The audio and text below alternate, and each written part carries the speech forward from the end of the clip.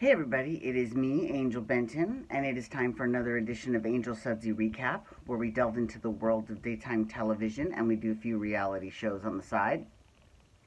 And one of the daytime TV shows that we're doing is Days of Our Lives. Days of Our Lives. Dun, dun, dun. Anyways, so before we get into that, it's really funny because this whole week has been like super stressful, and I thought, this is like, it was like seriously pushing me to the breaking point stressful. But then today, it's today at like 3 o'clock in the afternoon, everything changed, and I can't really go into too much detail about it, but my life is sort of looking up because it was funny because I got paid today, and more than half of my money was gone before 7 a.m. So I was really feeling frustrated. I was like, oh my God, I'm going to be broke this week, and well, the next 2 weeks until I get paid again. Oh my God. And I was stressed, right? I was stressed, because when people don't understand that when you're broke, if you're like broke, then that is what, that is worse than anything you could possibly, it's the most stressful thing ever.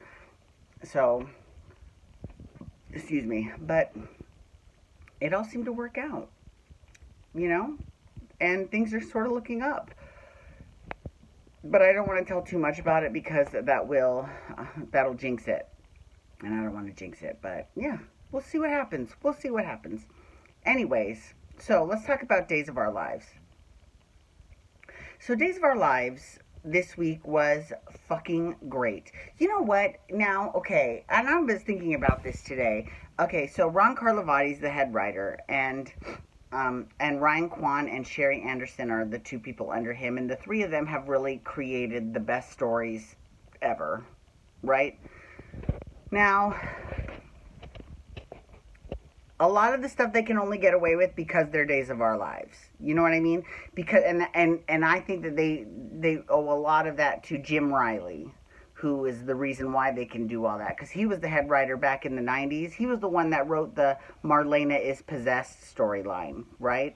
And from that point forward, it was, people coming back from the dead, all kinds of crazy things. So that they could tap into that and bring that back, it's incredible. And the stories that they've told have just been, for the most part, phenomenal. That the gays totally have me. Like, the gays have me 100% completely. They, the whole Sunny, Will, and Paul thing, I definitely think, first of all, I'm all about Horita. I think Will should be with Paul. And I kind of hope that Sunny goes a little bit crazy. Fingers crossed. Just because I think it would be good for Freddie Smith to play something different than, the last writing team sort of tried to make him different as the new CEO of Titan, but really, it doesn't really suit him. So yeah, well, I think it would definitely give Sunny some added dimension to his character. Anyway, so that the gays have me, and then also now I'm all in with the DiMeras because so last week I said that it was revealed who was behind the hacking, and it was Vivian. Well, it kind of hasn't been revealed that Vivian was behind the hacking, but she showed up to the party and she brought Stefan, her love child with Stefano. Now, here's the thing. This is a little bit of a rewrite of history, a little bit of a retcon. I'm not going to lie. It totally is. But, especially given Vivian and Stefano's past relationship, she hated him. But I'm willing to overlook this because the storyline is playing out so well. And although, I gotta wonder, if I was Ken Corday, who is the producer, and I brought on this new writing team who is just doing phenomenal. Because let's be real, Days of Our Lives was not good for a long time because they just had head writer after head writer, and they just went worse and worse with the stories. And I think that it's kind of weird that they bring someone in who really just wants to just go back and use all these new people. So before we go into that, okay, so I'm all in with the DiMeras. I'm all into finding out about Stefan, who is apparently Stefano's son, and his corporate rating lifestyle. That's fine. I'm okay with that. It's great. Shake up the DiMeras. That's good. Because we found out on Friday, or today, because today's Friday, we found out today that it was actually because Vivian is behind the hacking, and she's behind it with Andre. So that is, and that Andre is like going to double cross Kate. Now, in the case of this, the only thing that gives me pause about this whole revenge on Kate thing is that she just went through hell because she was the reason why Theo was in a coma. She told him to do it. So in that case, to go through all of that and then to have Andre pile on top of that, that's a little bit like, I mean, it's very typical Andre DiMera, but, it makes me feel bad for Kate a little bit, not a whole lot, but a little bit. And what I would like to see,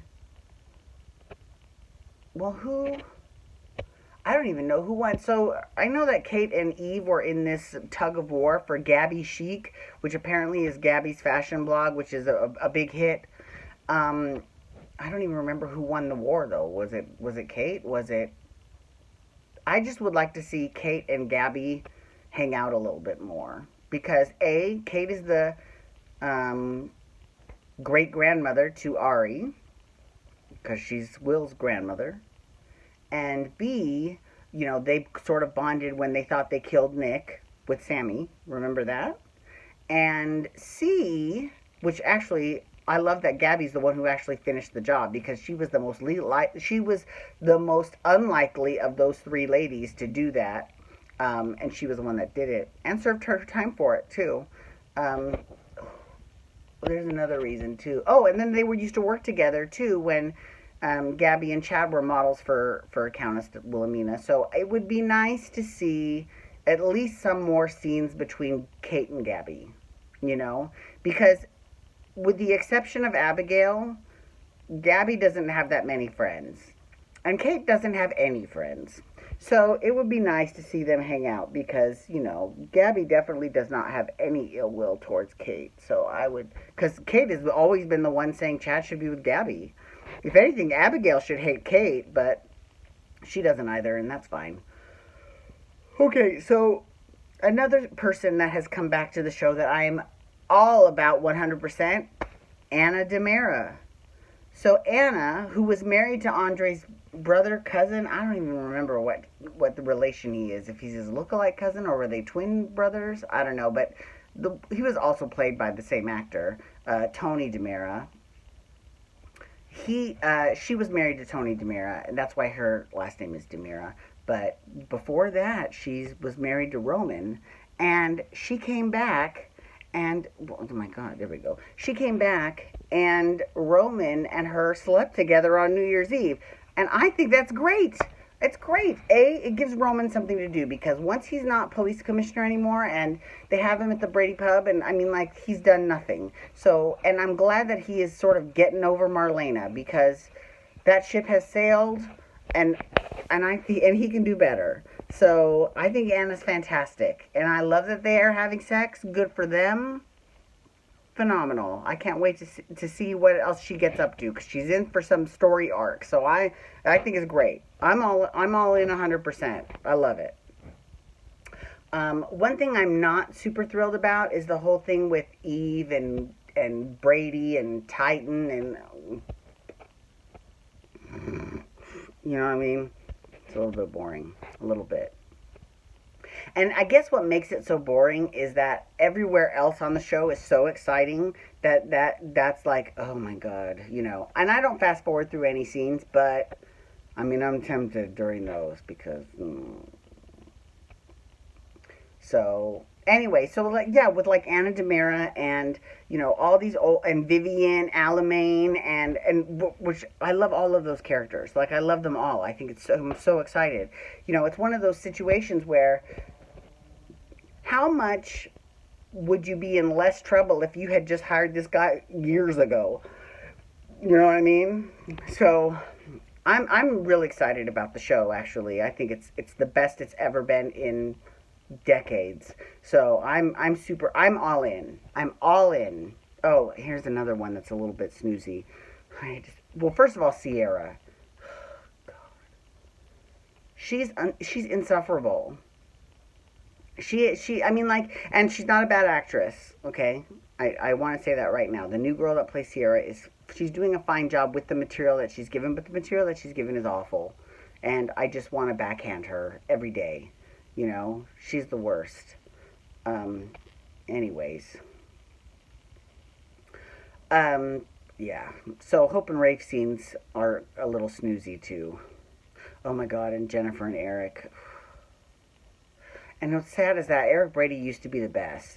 He used to be the best. So if I was Greg Vaughn, who plays Eric Brady, and I was coming into this part, I'd be like, oh, I'm excited because Eric was, the man back in the day, back when Jensen Ackles played the part, and he, first of all, they look a lot alike, so I'm okay with that whole casting.